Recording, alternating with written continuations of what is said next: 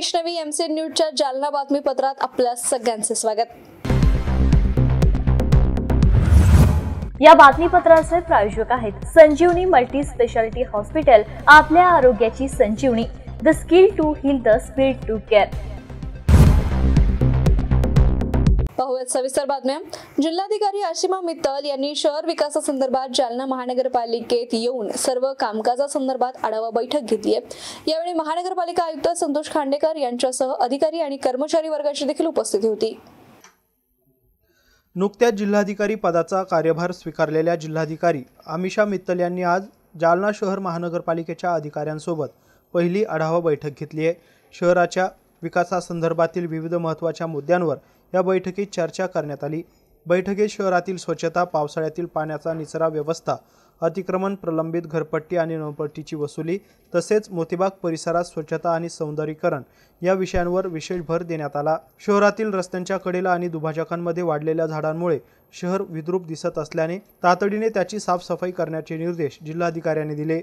छत्रपती संभाजी महाराज उद्यान परिसरात स्वच्छतेसोबतच सौंदर्यीकरणाचे कामही करण्यावर भर देण्यात आला आहे। शहरातील ठिकठिकाणी पडलेल्या कचऱ्याचे ढीग आणि प्लास्टिकचे प्रमाण पाहता केवळ महानगरपालिकेने नव्हे तर नागरिकांनीही जनजागृती करून पुढाकार घ्यावा असं आवाहन यावेळी करण्यात आलंय।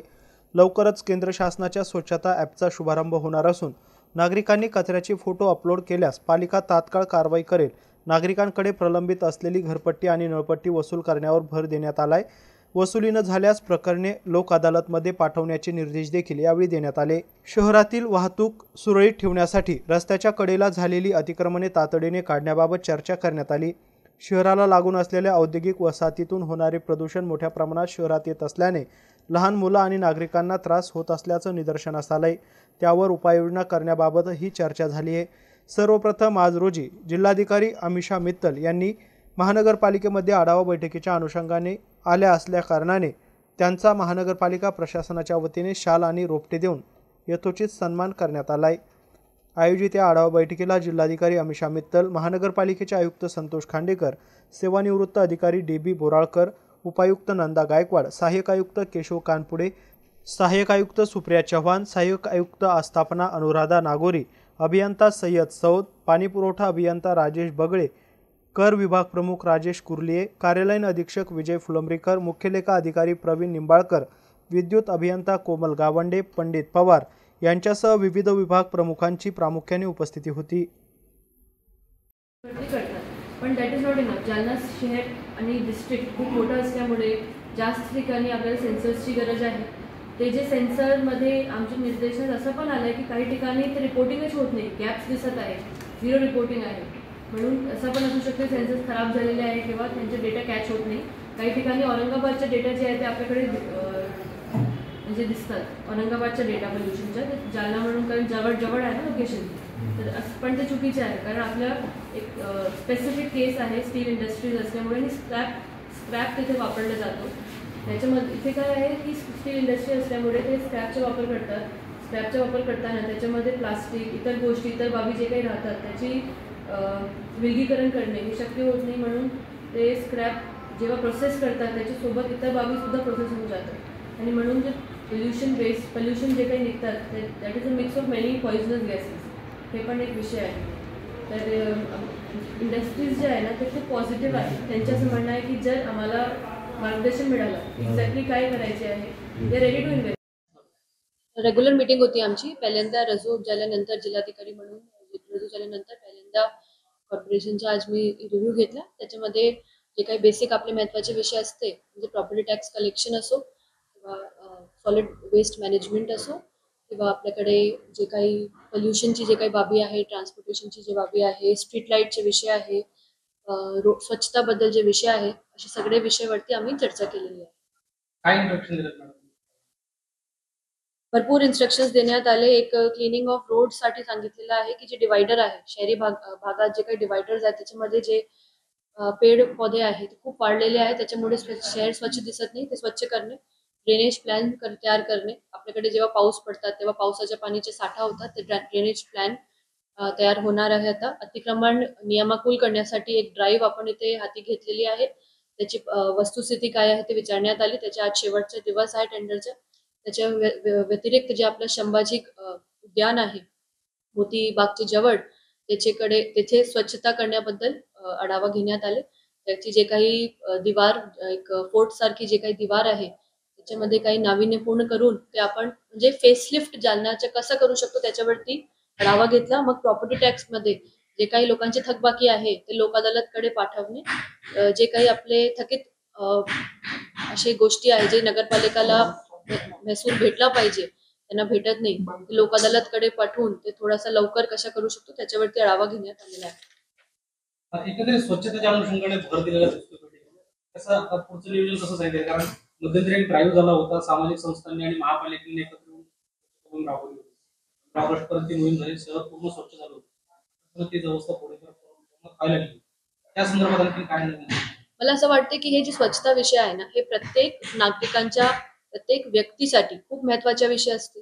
कारण स्वच्छता सगळ्यांना म्हणजे सगळ्यांना आवड असते स्वच्छतेची. तरीही असं आपण बघतो की जालना शहरी भागात स्वच्छता कमी आहे. बऱ्यापैकी प्लास्टिक्स भरपूर गोष्टी सगळीकडे दिसत आहे. जे ग्रामीण शहरी भागात आहे तिथे रोडच्या साईडला सुद्धा मोठ्या प्रमाणावर प्लास्टिक दिसते. तर आपण कॉर्पोरेशनकडे अपेक्षा करतो पण त्यांच्याकडे सुद्धा भरपूर वेळेस लिमिटेशन्स असते.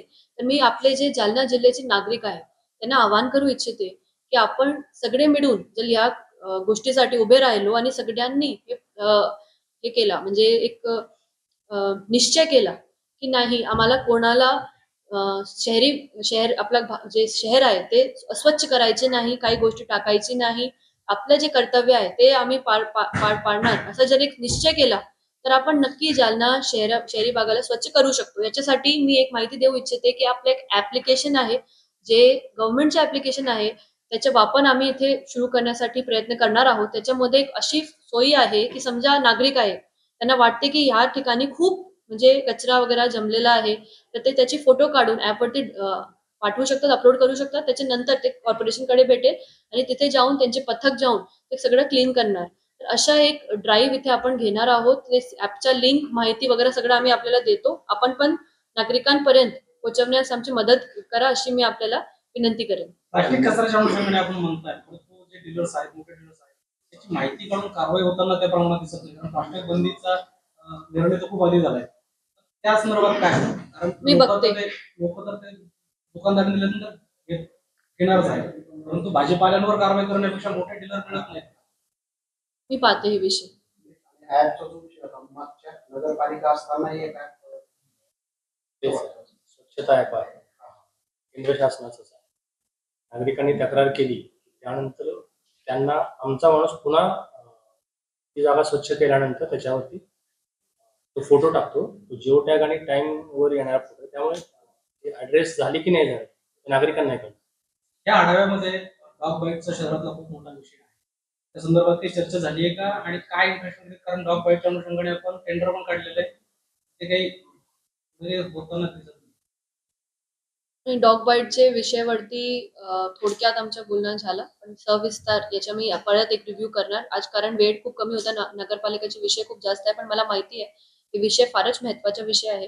त्याच्यावरती वेगळी मीटिंग असिस्टंट कमिशनर सोबत मी करणार आहेत आणि कारवाई ती थोडक्यात जे आम्ही चर्चा केली त्याच्यामध्ये त्यांनी मला दाखवलं होतं की त्यांची कारवाई सुरू आहे. टेंडर करण्यात आले, काही जे कारवाई त्यांनी मला फोटोज दाखवली तर ते कारवाई सुरू आहे. पण अजून चांगली कारवाई करण्यासाठी एक वेगळी मीटिंग डॉग बाईटसाठी मी सगळ्यांची घेणार आहे. त्याच्यामध्ये एसडीएम असो, हे फक्त कॉर्पोरेशनच्या विषय नाही, त्याच्यामध्ये आपल्याला सगळी यंत्रणाची गरज लागणार आहे. एक वेगळी मीटिंग मी त्याच्यासाठी जिल्हाधिकारी त्यांना बोलवला होता. साहेब मेंबर सेक्रेटरी एमपीसीबी म्हणून कार्यरत होते अगोदर. त्यांच्याकडून आम्हाला खूप बरेच गोष्टीमध्ये मार्गदर्शन भेटलं. पहिली गोष्ट त्यांनी जे सांगितले मला, ते जे इंडस्ट्रीज आहेत त्यांना एमपीसीबीने काही निर्देश अगोदर दिले होते. बॅग हाऊस लावणे एक असा निर्देश होता. तर जे काही निर्देश देण्यात आले होते त्याचे कंप्लायन्स ऍक्च्युली होत आहे का, किती इंडस्ट्रीज कंप्लायन्स करते. कारण जालना शहरी भागात आपल्याला माहिती आहे की पोल्युशनच्या प्रमाण आहे आणि त्याच्यावरती लक्ष घालणे आमची सगळ्यांची जबाबदारी आहे. कारण आपले प्रत्येक व्यक्तीसाठी पोल्युशनची समस्या उभी राहतो आणि स्पेशली जे आपले काही मुलं आहेत म्हणजे लहान मुलं आणि जे काही वृद्ध जे आपले लोक आहेत त्यांच्यासाठी तर जास्त समस्या. दुसरा विषय आहे आपल्यासाठी एमिशनच्या, जे एमिशन्स इंडस्ट्रीकडून होतात त्याच्यावरती एमएससीबी काय कारवाई करतात असा त्यांनी प्रश्न उभा केला होता. तर एमपीसीबीचे लोक सुद्धा इथे आले होते. तर त्यांनी आम्ही सूचना केलेली आहे की 15 दिवसात 40 इंडस्ट्रीजच्या ते रिव्ह्यू करणार. तिथे जे एमिशन्स होत आहे ते एक्झॅक्टली एमिशन्स जे आहे ते किती हानिकारक आहे, ते ॲज पर नॉर्म्स आहे का. तिसरा विषय होता ॲम्बियंट एअर मॉनिटरिंग. म्हणजे काय की आपल्याकडे जे एअर मॉनिटरिंगची क्वालिटी आहे त्याच्यामध्ये आपण काही गोष्टीच्या मॉनिटरिंग करतो. NO2 किती आहे, PM10 किती आहे, PM2.5 किती आहे. तर असे आपल्याकडे फक्त 3च केंद्र आहे. 2 MPCBचे आणि 1 CPCBचे आहे. ॲक्च्युअली शहरी भागात मोठा असल्यामुळे कमीत कमी 50 स्टेशनची आपल्याला गरज आहे. तर आम्ही इथे एक निर्णय असा घेतला की याच्या 50 स्टेशन जर उभे करायचे असेल रेग्युलर मॉनिटरिंगसाठी, तर त्याचा प्रस्ताव आम्ही तयार करू. एक प्रस्ताव तयार करून MPCB कडे पाठवणार आहोत आम्ही. MPCB कडून निधी मिळणार. त्याच्यासाठी MPCBचे जे वरिष्ठ अधिकारी आहे त्यांच्यासोबत आज बोलणं सुद्धा झालं मीटिंगच्या मध्ये, आणि त्यांचं असं म्हणणं आहे की ते रिव्ह्यू करणार आहे आमचे प्रपोजल. आणि MPCB कडून जर निधी मिळाली याच्यासाठी, तर आपले पूर्ण जालना शहरी भागामध्ये जितके जे मेजर स्पॉट्स आहेत तिथे काय पोल्युशनचे प्रमाण आहे, स्पेशली MIDC एरियामध्ये, ते आपण लावणार. आणि मग डे टू डे मॉनिटरिंगमुळे आपल्याला कळणार की कुठे किती पोल्युशन आहे आणि ते आपण कंट्रोलमध्ये आणू शकतो. तिसरा विषय तिथे आला होता about sewage waste management.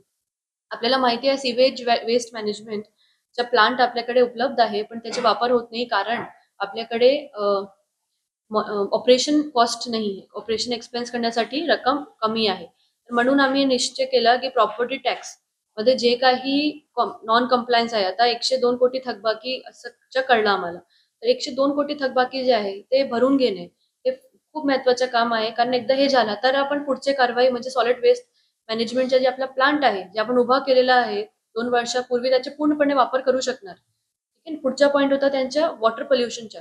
Water pollution एक फार महत्वाचा विषय आहे इथे. म्हणजे वॉटर पोल्युशन मध्ये आपल्याला असं दिसतंय की आपल्याकडे STPचे काम सुरू आहे, तरीही भरपूर लोक असे आहे जे वॉटरचे जे गाईडलाईन्स आहे वॉटर ऍक्ट प्रमाणे ते फॉलो नाही करत. तर कुठेतरी त्यांचे नल कलेक्शन कापणे हे पण महत्वाचं आहे, जे फॉलो नाही करत. तर आम्ही त्यासाठी स्टडी केली वॉटर ऍक्ट प्रमाणे कुठले ऍक्ट आहे, कुठले सेक्शन्स आहे ज्याचा वापर करून MPCB बोर्ड डायरेक्शन इश्यू करू शकतात. हे 5-6 विषय त्यांची मीटिंगमध्ये, अगोदर त्यांची मीटिंग होती, नंतर बाकी डिपार्टमेंटची, तर 5-6 विषयावरती सुद्धा आम्ही काम करणार आहोत. हे बोलून मी थांबते.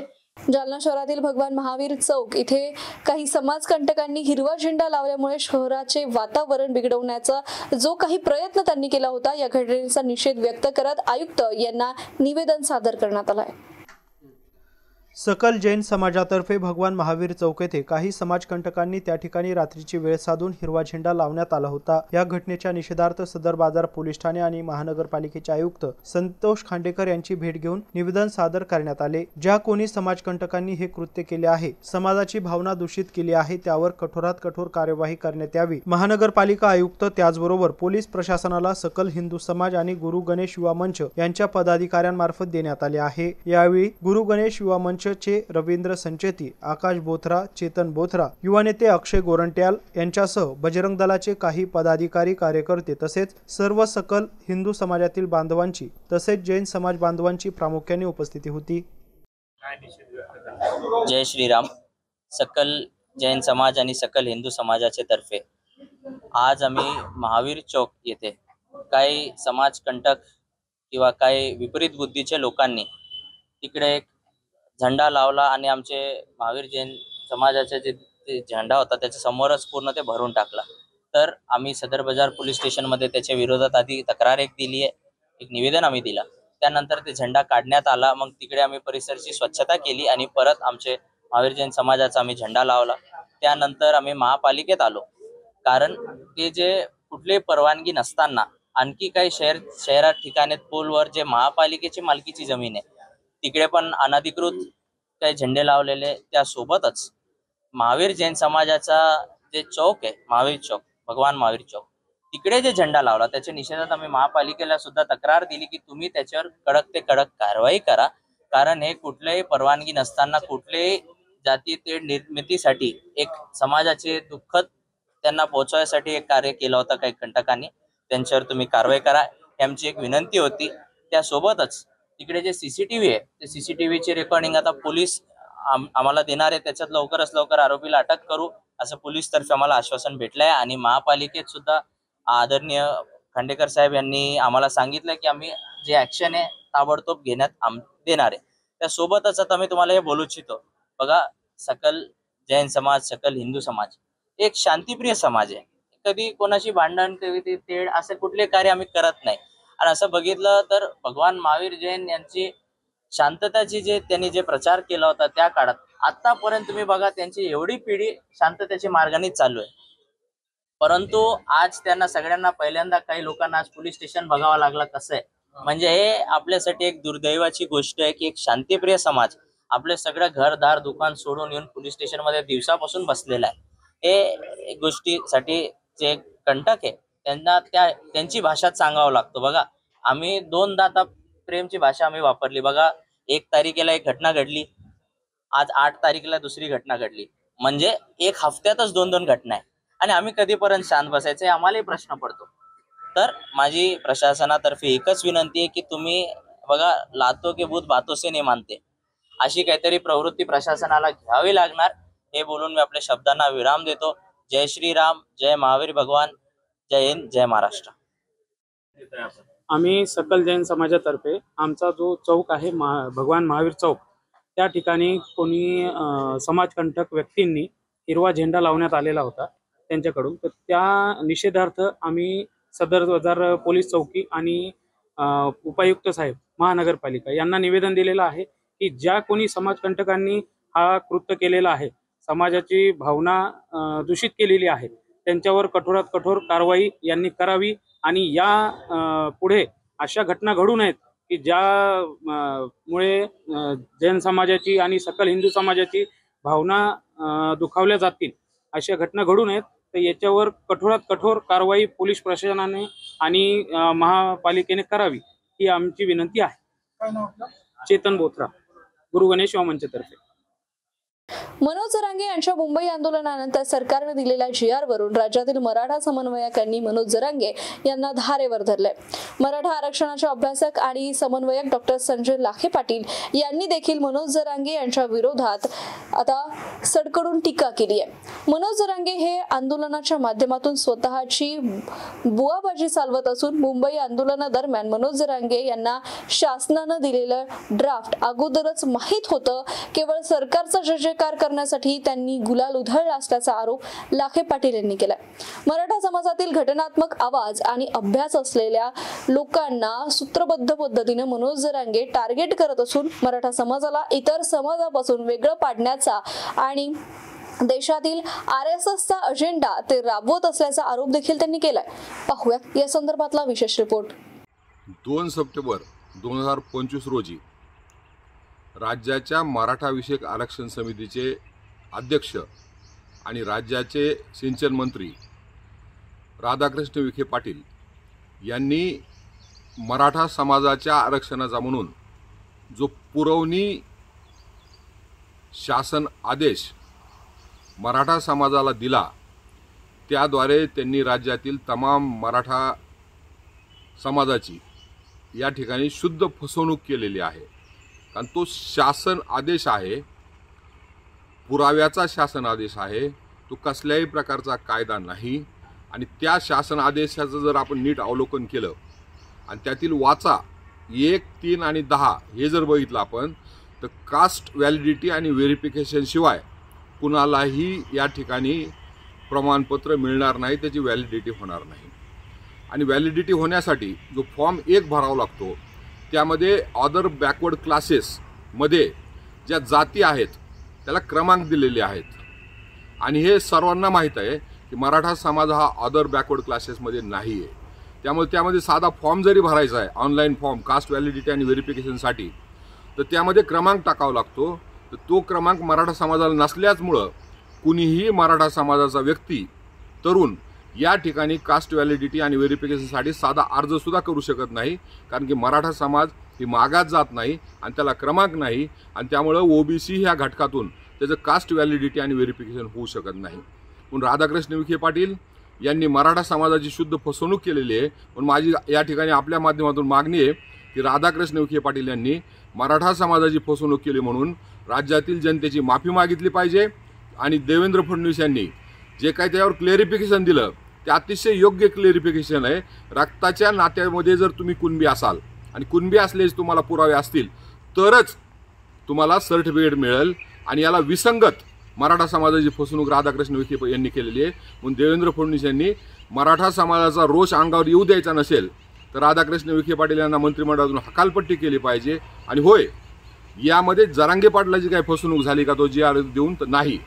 जरांगे पाटील आणि राधाकृष्ण पाटील यांनी मिळून तो ड्राफ्ट बनवला आणि केवळ विचारवंतासमोर, बुद्धिवंतासमोर त्याचं वाचन केल्यासारखं दाखवलं आणि प्री अप्रूव्ड ड्राफ्ट जो जरांगे पाटलांनी आधीच मंजूर केला होता तो त्या ठिकाणी विखे पाटलांनी प्रसिद्ध केला. आणि जरांगे पाटील आणि विखे पाटील ह्या दोघांनी मिळून तमाम महाराष्ट्रातील मराठ्याची या ठिकाणी फसवणूक केलेली आहे. फसवणूक ही जरांगेची वैयक्तिक झालेली नाही तर करोडो मराठ्याची फसवणूक या ठिकाणी झालेली आहे. आणि जरांगे जे काही बघतायत त्यांना शासन आदेश, कायदा यातला फरक कळत नाही आणि सातत्यानं ते भोंदूगिरी करतायत आणि भोंदूगिरीतून समस्त मराठा समाजाची ते फसवणूक करतायत. या ठिकाणी मी आपल्याला प्रकर्षाने सांगू इच्छितो. या सविस्तर बातमीसह वेळ झाली आहे जालना बातमीपत्रात इथेच थांबण्याची. पाहत रहा MCN न्यूज. नमस्कार.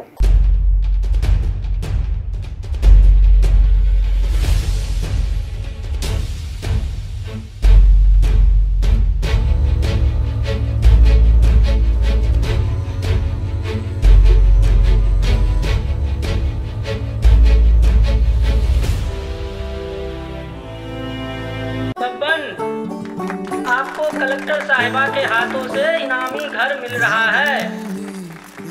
आपका घर बहुत सुंदर होगा ना? अरे नहीं बेटा, हम तो बहुत छोटे आदमी हैं। चाचू डोंट वरी, मैं बड़ी होकर आपके लिए और सबके लिए मजबूत और सुंदर घर बना के दूंगी। कालिका सरिया लाना मत भूलना।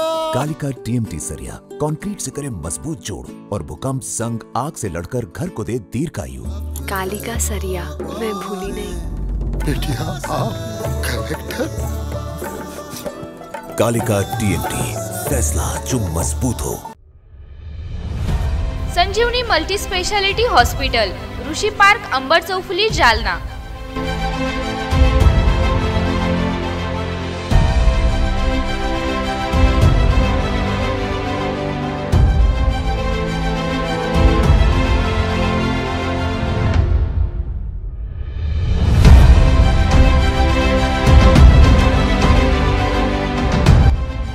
महात्मा ज्योतिबा फुले जन आरोग्य योजना आणि प्रधानमंत्री जन आरोग्य आयुष्मान भारत योजना उपलब्ध। मेडिसिन विभाग, बालरोग विभाग, स्त्रीरोग विभाग, अस्थिरोग विभाग, सर्जरी विभाग, नाक कान घसा विभाग आणि पॅथॉलॉजी विभागात काम करणारी तज्ञ डॉक्टरांची टीम। उपलब्ध सुविधा ICU, NICU, जालना शहरातील अद्ययावत Ultima of 100 with stent boost cath lab, modular operation theatre, dialysis विभाग, cardiac care unit CCU, angiography सुविधा, एंजियोप्लास्टी सुविधा, 24 तास अत्यावश्यक सेवा आणि कार्डियक ॲम्ब्युलन्स उपलब्ध।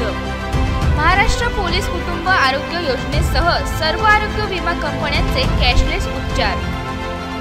संजीवनी मल्टी स्पेशालिटी हॉस्पिटल, आपल्या आरोग्याची संजीवनी।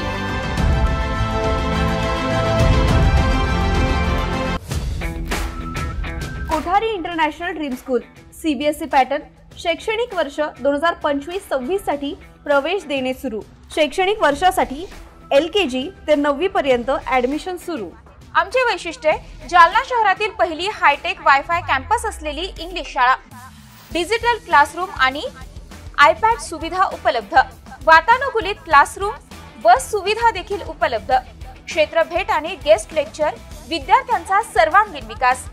NCERTच्या धर्तीवर CBSE पॅटर्नची सुविधा उपलब्ध, अनुभवी शिक्षक वृंद, प्रशस्त क्लासरूम आणि प्रशस्त मैदान, रोबोटिक्स आणि कोडिंग यासह अनेक सुविधा विद्यार्थ्यांसाठी उपलब्ध। आपल्या मुलाच्या उज्ज्वल भविष्यासाठी एकदा अवश्य भेट द्या।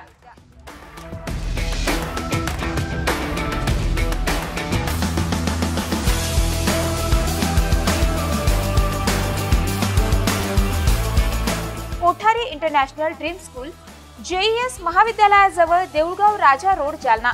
संपर्क 9673236007 किंवा 9067791007।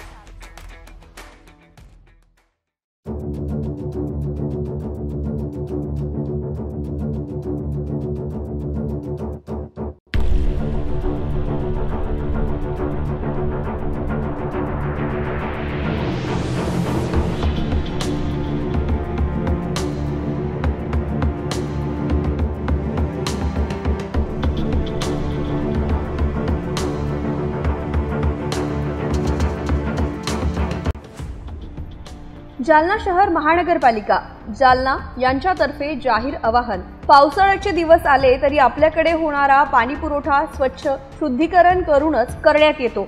आपल्याकडे नळाला आलेले पाणी स्वच्छ भांडे स्वच्छ धुवून झाकून ठेवावं. आपल्याला नळ आपल्या दारात नाली फुटलेला नसावा याबाबत काळजी घ्यावी.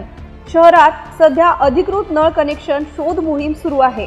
आपला नळ अधिकृत असेल तर आपल्यास अधिकृत नळ नियमित करण्यासाठी नोटीस आली असेल तर दंडाची रक्कम तात्काळ भरणा करावी. आपण दंडाची रक्कम न भरल्यास आपणावर पोलिसात गुन्हा दाखल करण्यात येईल याची नोंद घ्यावी.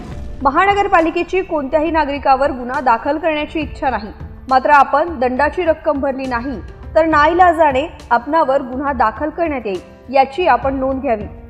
याकरिता सर्व नागरिकांनी वरील बाबींचे तंतोतंत पालन करावे आणि महानगरपालिकेस सहकार्य करावे.